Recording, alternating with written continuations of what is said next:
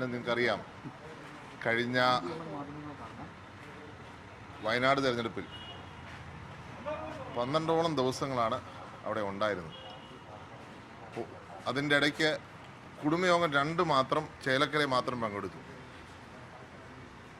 അപ്പം ഇലക്ഷൻ 13-ന് തീരുമെന്ന് വെച്ചുകൊണ്ട് അതിനനുസരിച്ചാണ് ഷെഡ്യൂൾ ചെയ്തിരുന്നത്. പക്ഷെ പാലക്കാട് നീട്ടിയപ്പോൾ പാലക്കാട് പിന്നീട് വരാം എന്നുള്ളതിലും, അതുപോലെ തന്നെ ചേലക്കരയിൽ 2 ദിവസം KPC പ്രസിഡന്റിൻ്റെ പ്രത്യേക നിർദ്ദേശാനുസരണം ഞാൻ അവിടെ ചെന്ന് ക്യാമ്പയിൻ ചെയ്തു. അതിനുശേഷം എൻ്റെ മണ്ഡലത്തിലെ പരിപാടികൾ, ഞാൻ 13 എൻ്റെ വീടിൻ്റെ 50 വീടുകൾ പണിയുന്നതിൽ 10 വീടുകളുടെ കട്ടളവെപ്പുള്ള ദിവസമായിരുന്നു അന്ന്. അപ്പോൾ അതിന് 13 വരെ മണ്ഡലത്തിൽ നിൽക്കി. 14 നിങ്ങൾക്കറിയാം, ഇന്നലെ എനിക്ക് ഷെഡ്യൂൾഡ് പരിപാടികളുണ്ടായിരുന്നു. ഉച്ച കഴിഞ്ഞിട്ട് ഞാനിവിടെ പരിപാടി കുടുംബസംഗമം, ഇന്നലെ PC വിഷ്ണുനാഥ്, ശ്രീ ഷാഫി പറമ്പിൽ, ശ്രീ ഡീൻ കുര്യാക്കോസ്, അതുപോലെ ശ്രീ NS നസൂർ, അതുപോലുള്ള സുനിൽ ലാലൂര് നമ്മുടെ സ്ഥാനാർത്ഥിയായിരുന്നു കഴിഞ്ഞ തെരഞ്ഞെടുപ്പിൽ. അവരെല്ലാം പങ്കെടുത്ത പ്രിയപ്പെട്ട KPC ജനറൽ സെക്രട്ടറി തുളസി ചേച്ചി അടക്കമുള്ളവർ പങ്കെടുത്ത കുടുംബയോഗം, അത് ഞാനാണ് ഇന്നലെ ഉദ്ഘാടനം ചെയ്തത്. അപ്പം ആ പരിപാടി കഴിഞ്ഞ് ഇന്ന് വീടുകൾ കയറാനായിട്ട് ഇറങ്ങുന്നു. നിങ്ങൾക്കറിയാം, ബോംബെയിലും ഇലക്ഷൻ നടക്കുക. അപ്പം ഇതിനു മുമ്പ് തന്നെ ഷെഡ്യൂൾ ചെയ്ത പരിപാടികൾ അവിടെയും ഏറ്റിട്ടുണ്ട്. അപ്പം അന്ന് നീട്ടിവെക്കുന്ന സാഹചര്യമില്ല.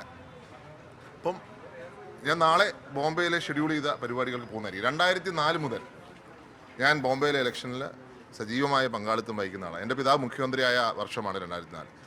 ആദ്യമായിട്ട് ഞാൻ അദ്ദേഹത്തിനോടൊപ്പം അവിടെ തെരഞ്ഞെടുപ്പിൽ പങ്കെടുത്തിരുന്നു. അവിടെയും 2 ദിവസം തെരഞ്ഞെടുപ്പിൽ പങ്കെടുക്കുന്നതായിരിക്കും.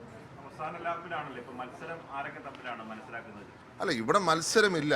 ഇവിടെ UDF ജയിച്ചു കഴിഞ്ഞു എന്നുള്ള യാഥാർത്ഥ്യം. ഇവിടെ മത്സരമില്ല. ഞങ്ങൾ അതിനെക്കുറിച്ച് നോക്കുന്നില്ല, മത്സരത്തെക്കുറിച്ച് ഞങ്ങൾ നോക്കുന്നില്ല. UDF ജയിച്ചു കഴിഞ്ഞു. KPC പ്രസിഡന്റ് പറഞ്ഞ പോലെ UDF LDF തമ്മിലാണ് മത്സരമെന്നാണ് അദ്ദേഹം പറഞ്ഞിരിക്കുന്നത്. അല്ലെ, ഞാൻ പറഞ്ഞു, ഇതിനകത്ത് ജനം UDFനെ തെരഞ്ഞെടുത്ത് കഴിഞ്ഞിരിക്കുന്നു. ഇത് LDF സർക്കാരിനെതിരെയുള്ള വിധിയെഴുത്തായി ഈ തെരഞ്ഞെടുപ്പ് ഫലം കാണും. യാതൊരു സംശയവും വേണ്ട. LDFനെതിരെ കേരളത്തിലെ ജനങ്ങൾ ചിന്തിക്കുന്നത് വയനാട് കാണിക്കും, ചേലക്കര കാണിക്കും, പാലക്കാടും കാണിക്കും. ഞങ്ങൾ ഒന്നിനെ കുറിച്ച് മാത്രമേ ചിന്തിക്കുന്നുള്ളൂ. പുറയിൽ ആരായാലും കുഴപ്പമില്ല, ആരും വന്നാലും കുഴപ്പമില്ല. അവർ തമ്മിൽ മത്സരിച്ചോട്ടെ. ഇവിടെ എൻ്റെ ഒരു നോട്ടത്തിൽ BJP പിക്ചറിലേ ഇല്ല. അതൊരു യാഥാർത്ഥ്യമായി നിൽക്കുന്നൊരു കാര്യമാണ്. കാരണം അവർ തമ്മിൽ തന്നെ മത്സരമായിട്ടിരിക്കുക. അവർ തമ്മിൽ തീർക്കട്ടെ ആദ്യം. അതൊരു നോക്കാം. അല്ല, ഞാൻ സരിനെ പറ്റി ഒന്നും പറയുന്നില്ല കൂടുതൽ. സരിൻ തന്നെ എല്ലാം ഒഴിവാക്കിയിട്ടുണ്ട് ഇല്ലേ. എൻ്റെ പിതാവിൻ്റെ കല്ലറയിൽ പോയി പ്രാർത്ഥിച്ചിട്ട് അത് എല്ലാ പാർട്ടിക്കാർക്കും വന്ന് പ്രാർത്ഥിക്കാം. പക്ഷെ അദ്ദേഹത്തിൻ്റെ അനുഗ്രഹത്തോടു കൂടി മത്സരിച്ച ഒരാളാണ്. പക്ഷെ ഇവിടെ വന്നിട്ട് വേറൊരു നിലപാടാണ് എടുത്തിരിക്കുന്നത്. അത് അംഗീകരിക്കാൻ പറ്റുന്നൊരു കാര്യമല്ല. കോൺഗ്രസ് പാർട്ടിയാണ് എൻ്റെ പിതാവിൻ്റെ പാത. ആ പാത വിട്ട് ആർക്ക് വേണേൽ പോകാം. പക്ഷെ അദ്ദേഹത്തിൻ്റെ അനുഗ്രഹം ഉണ്ടെന്നും ആശീർവാദം ഉണ്ടെന്നും പിന്നെ ക്ലെയിം ചെയ്യാൻ പാടില്ല എന്നേ ഉള്ളൂ. ഒരു സംശയമില്ല, അനുഗ്രഹം ഉണ്ടാവില്ല. അല്ല, അവരുടെ പാർട്ടിയുടെ സ്ഥാനാർത്ഥി പറ്റി അവരങ്ങനെയല്ലേ പറയുള്ളൂ. പക്ഷെ അവരുടെ പാർട്ടിക്ക് തന്നെ സംശയം. അതുകൊണ്ടാണ് ചിഹ്നം പോലും ചിഹ്നം കൊടുക്കാത്തൊരു സ്ഥാനാർത്ഥിയെ അങ്ങനെ പറയാൻ പറ്റുമോ? എനിക്കറിയില്ല. പറഞ്ഞോട്ടെ, കുഴപ്പമില്ല. പുള്ളി ഇന്നലെ ഒത്തിരി കാര്യങ്ങൾ പറഞ്ഞായിട്ട് പുറത്ത് വന്നിട്ടുണ്ട്. അപ്പോൾ അതിനൊന്ന് ഡിഫെൻഡ് ചെയ്യണ്ടേ എന്നൊക്കെ പറഞ്ഞു. അവസരവാദി എന്ന് പറഞ്ഞില്ലേ. അദ്ദേഹത്തിൻ്റെ എന്താ കട്ടൻ ചായയും പരിപ്പ് വടയും ഓട്ടോബയോഗ്രഫി അത് പുറത്ത് വന്നപ്പം DC ബുക്സിന് കൊടുത്തിരിക്കുക. അതിനകത്ത് പറഞ്ഞിരിക്കുക അവസരവാദിയാണ്. അപ്പം പിന്നെ അതിനെ എന്തെങ്കിലും പറഞ്ഞ് ന്യായീകരിക്കണ്ടേ? പറഞ്ഞിരിക്കുന്ന മഹാഭാഗ്യം എന്നാ അച്യുതാനന്ദ ഭാഷ പറഞ്ഞ മഹാഭാഗ്യം. ആ ഹായ്ക്ക് ഇച്ചിരി നീട്ട കൂടുതലുണ്ട്. അങ്ങയുടെ ഉപതെരഞ്ഞെടുപ്പിൽ പോലും വന്ന് ആ സമയത്ത് മീഡിയ സെല്ലിന്റെ ചുമതലയുള്ള ഒരാളാണ്. അപ്പോൾ ആ പാർട്ടിയോട് പോകേണ്ടി വന്നു. അപ്പോൾ ഈ മതിയായ തരത്തിൽ എതിർ ശബ്ദങ്ങളെ കേൾക്കുന്നില്ല എന്നൊരു അഭിപ്രായമുണ്ട്. അങ്ങയുടെ പിതാവിന്റെ കാലത്തൊക്കെ എതിരഭിപ്രായങ്ങൾ പറയുന്നവരെ കേൾക്കുന്ന ഒരു സമീപനം നേതൃത്വത്തിനുണ്ടായിരുന്നു. ഇപ്പോൾ അതില്ല എന്നാണ് പൊതുവെ വരുന്ന പരാതി. അതൊന്നും ഇപ്പം ചർച്ച ചെയ്യേണ്ട കാര്യമില്ലല്ലോ. അത് ചർച്ചയല്ല. ഇതിവിടെ ഇലക്ഷൻ നടക്കുന്ന സമയത്ത് അതൊക്കെയാണോ ചർച്ച?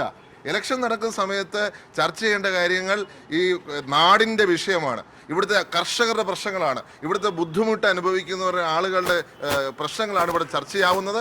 അത് മാത്രമേ ചർച്ചയുള്ളൂ. പാർട്ടിക്കകത്ത് കാര്യങ്ങളൊന്നും ചർച്ച ചെയ്യുന്ന സമയമല്ലാതെ അതൊക്കെ പിന്നീട് ഇലക്ഷന് ശേഷമൊക്കെ ആലോചിക്കാവുന്ന കാര്യമാണ്. അത് പറഞ്ഞിട്ട് അതിൻ്റെ പേരിൽ ഒട്ടും ജനാധിപത്യമില്ലാത്ത ഒരു പാർട്ടിയിലേക്ക് പോയിരിക്കുക.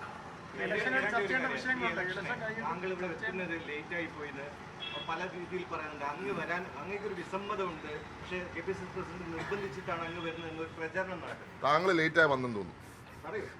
താങ്കൾ ലേറ്റായിട്ടാണ് വന്നിട്ട് ഞാൻ ആദ്യം തന്നെ പറഞ്ഞു കഴിച്ചു. അത് താങ്കൾ ലേറ്റായിട്ടാണ് വന്നിരിക്കുന്നത്. കാരണം ഞാൻ എക്സ്പ്ലെയിൻ ചെയ്ത് കഴിഞ്ഞു. എന്താണ് എൻ്റെ നേതാവ് രാജീവ് ഗാന്ധി എന്ന് പറഞ്ഞാൽ എൻ്റെ ജീവന തുല്യം ഞാൻ സ്നേഹിക്കുന്ന നേതാവായിരുന്നു. അദ്ദേഹത്തിൻ്റെ മകൾ മത്സരിക്കുന്ന തിരഞ്ഞെടുപ്പ്, പിന്നെ അദ്ദേഹത്തിൻ്റെ കുടുംബം. എൻ്റെ പിതാവ് സുഖമില്ലാത്തപ്പോൾ എൻ്റെ പിതാവിനെ ജർമ്മനിക്ക് അയച്ചത് രാഹുൽ ഗാന്ധി. ആ റിപ്പോർട്ട് തിരിച്ചു കൊണ്ടുവരാൻ പറഞ്ഞു എൻ്റെ അടുത്ത്. രാഹുൽ ഗാന്ധിയും പ്രിയങ്ക ഗാന്ധിയും നടക്കുകയായിരുന്നു, ഒരുമിച്ച് നടക്കുകയാണ്. ഞാൻ അങ്ങോട്ട് ചെന്നപ്പോൾ ഈ റിപ്പോർട്ട് ഏൽപ്പിച്ച വ്യക്തി പ്രിയങ്ക ഗാന്ധിയാണ്. അങ്ങനെയുള്ള നേതാവ് മത്സരിക്കുമ്പോൾ ഞാൻ അവിടെ പോയിരിക്കും. എൻ്റെ ജീവിതകാലം മുഴുവൻ ഞാൻ പ്രവർത്തിച്ച പാർട്ടിയുടെ നേതാവ് അവിടെ മത്സരിക്കുമ്പോൾ അവിടെ കൂടുതൽ സമയം എനിക്ക് സ്പെൻഡ് ചെയ്യണമെന്ന് ആഗ്രഹം ഞാൻ അത് ചെയ്തിരിക്കും. ഓരോരുത്തർക്കും ഓരോ പ്രയോറിറ്റി അല്ലേ. അപ്പം ഞാൻ അവിടെ സമയം സ്പെൻഡ് ചെയ്തതും കുറ്റമാണെന്ന് പറഞ്ഞാൽ ഞാൻ എന്ത് ചെയ്യും? ഇത് പുതുപ്പള്ളി ഇലക്ഷൻ ഒറ്റ ഇലക്ഷനാണ്. ഒറ്റ ഇലക്ഷനിൽ എല്ലാവരും കോൺസെൻട്രേറ്റ് ചെയ്യുന്ന സ്ഥലം അതാണ്. ചേലക്കര, പാലക്കാട്, വയനാട് 3 ഇലക്ഷൻ ഒരുമിച്ച് നടക്കുന്നു. തൃക്കാക്കര ഇലക്ഷനും ഒറ്റ ഇലക്ഷനായിരുന്നു. ഇവിടെ 3 ഇലക്ഷൻ നടക്കുമ്പോൾ അതും പ്രിയങ്ക ഗാന്ധി നമ്മുടെ നാട്ടിൽ വന്ന് മത്സരിക്കുമ്പോൾ അവിടുന്ന് മാറാൻ തന്നെ അവിടുത്തെ ആൾക്കാർ സമ്മതിക്കുന്നില്ല. ഞാൻ അവിടുന്ന് ഒരു ദിവസം ചേലക്കര പോകാൻ വേണ്ടി ഇറങ്ങിയതാണ്. നിങ്ങൾ അന്വേഷിച്ച് നോക്കൂ. ചേലക്കര പോകാൻ ഇറങ്ങിയപ്പോൾ അവിടുത്തെ ആൾക്കാർ വിടാതെ എന്നെ പിടിച്ചു വെച്ച് അടുത്ത പരിപാടി പങ്കെടുപ്പിച്ച അവിടുത്തെ പരിപാടി മാറ്റി വെക്കേണ്ടി വന്നു. ഞാൻ അവിടെ നിങ്ങൾക്ക് എൻ്റെ ഫേസ്ബുക്കിൻ്റെ ലൈവ് എടുത്ത് നോക്കിയാൽ അറിയാം. ഞാൻ പറഞ്ഞു ചേലക്കരയിലെ ആൾക്കാർ അല്ലെ ഇതിപ്പോൾ പറയും ചേലക്കര സ്ഥാനാർത്ഥിയോട് എനിക്ക് എതിർപ്പാന്ന് പറയും എന്ന് ഞാൻ പ്രസംഗിച്ചിട്ടുണ്ട്. ആ തരത്തിൽ എന്നെ പിടിച്ചു വെച്ചോടെ. അതുകൊണ്ട് ഈ തരത്തിലുള്ള പ്രചരണം ശരിയല്ല. ഇത് ഞാൻ MLA ആയപ്പോൾ തൊട്ട് എനിക്കെതിരെയുള്ള വ്യാജ വാർത്ത ഇത് നടത്തിക്കൊണ്ടിരിക്കുക. ഒരു കാര്യം വ്യക്തമാണ്, രാഹുൽ മാങ്കൂട്ടത്തെക്കാൾ പ്രയോറിറ്റി രാഹുൽ ഗാന്ധിക്കും പ്രിയങ്ക ഗാന്ധിക്കുമാണ് ചാണ്ടിയുടെ മനസ്സിൽ. 3 കാൻഡിഡേറ്റ്സിനും പ്രയോറിറ്റി ഉണ്ട്. 3 കാൻഡിഡേറ്റ്സും ഇമ്പോർട്ടൻ്റ് ആണ്.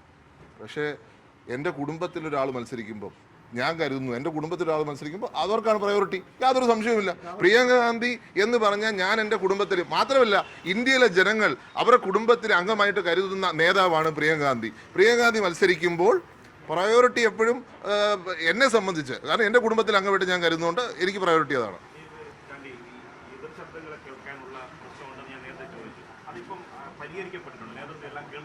അല്ലേ, നമ്മളതൊന്നും ഇപ്പോൾ ചർച്ച ചെയ്യുന്ന കാര്യമല്ല. ഞാൻ പറഞ്ഞല്ലോ, ഇപ്പോൾ പാർട്ടി ഒറ്റക്കെട്ടായി നിൽക്കുകയാണ്. പാർട്ടി ഒറ്റക്കെട്ടായി നിന്ന് രാഹുലിൻ്റെ വിജയം, അതുപോലെ തന്നെ MAയുടെ വിജയം, ശ്രീമതി പ്രിയങ്ക ഗാന്ധിയുടെ വിജയം, അതിനുവേണ്ടി നമ്മൾ ഒരുമിച്ച് ശ്രമിച്ചുകൊണ്ടിരിക്കുക. ഇപ്പോൾ പാലക്കാട് ഫോക്കസ് മൊത്തം നിൽക്കുന്നു, ഒറ്റക്കെട്ടായി നിൽക്കുക. അഭിപ്രായ വ്യത്യാസം ഒന്നുമില്ല എന്നുള്ളത് തന്നെ യാഥാർത്ഥ്യം. വ്യക്തിപരമായ അങ്ങേക്ക് അനുഭവമാണ് ഔട്ട്റീച്ച് സെല്ലിന്റെ ചെയർമാൻ സ്ഥാനത്ത് ഒരു ദിവസം അങ്ങേ കേൾക്കാതെ അങ്ങയുടെ വാദം കേൾക്കാതെ പുറത്താക്കി, ഒഴിവാക്കി. അങ്ങ് തന്നെ പല ഘട്ടങ്ങളിൽ പറഞ്ഞതാണ്. അങ്ങനെ നേതൃത്വം കേൾക്കുന്നില്ല എന്ന പരാതിയാണ് സരിനടക്കം എല്ലാവരും പറയുന്നത്. ഞാൻ അന്ന് ഒരു കാര്യം പറഞ്ഞിരുന്നു, പാർട്ടി ഏത് തീരുമാനമെടുത്താലും അത് ഞാൻ അംഗീകരിക്കും. ഇപ്പം എന്നെ സ്ഥാനത്ത് നിന്ന് മാറ്റിയോ അതും അംഗീകരിക്കും. കാരണമില്ലയോ അത് പ്രശ്നമല്ല. പക്ഷെ അതൊന്നും ചർച്ച ചെയ്യേണ്ട വേദിയല്ല ഇത്. അങ്ങയോട് പറഞ്ഞോ ഇവിടെ നിർബന്ധമായിട്ട് വരണമെന്ന് പാലക്കാട്? അല്ല, എൻ്റെ അടുത്ത് ശ്രീ KC വേണുഗോപാൽ പറഞ്ഞിരുന്നു. അതുപോലെ തന്നെ KPCC നിന്നും നിർദ്ദേശം വന്നിരുന്നു. ഞാനിപ്പോൾ പറഞ്ഞത് എന്താ, വീണ്ടും ഞാൻ പറഞ്ഞ കാര്യങ്ങൾ ആവർത്തിച്ച് പറയുക. എനിക്ക് ബോംബെയിൽ എനിക്ക് ചുമതല ഏൽപ്പിച്ചിരുന്ന സ്ഥലമാണ്. അത് 13-ന് ശേഷമായിരുന്നു ആ ചുമതല ഏൽപ്പിച്ചിരുന്നത്. അപ്പം ഞാൻ ബോംബെയിലെ തെരഞ്ഞെടുപ്പിൽ 2 ദിവസം പങ്കെടുക്കാനായിട്ട് ഞാൻ ബോംബെക്ക് പോവാണ്. നിങ്ങൾ സജി ജോസഫ് MLA വിളിച്ചു ചോദിച്ചു, ശ്രീ രമേശ് ചെന്നിത്തല എന്നോട് ആവശ്യപ്പെട്ട ഒഫീഷ്യലി ചാർജ് എടുക്കണം. പക്ഷേ പ്രിയങ്ക ഗാന്ധി മത്സരിക്കുന്നതുകൊണ്ട് മാത്രമാണ് ഞാൻ അവിടെ പോവാതെ ഇവിടെ നിന്നത്.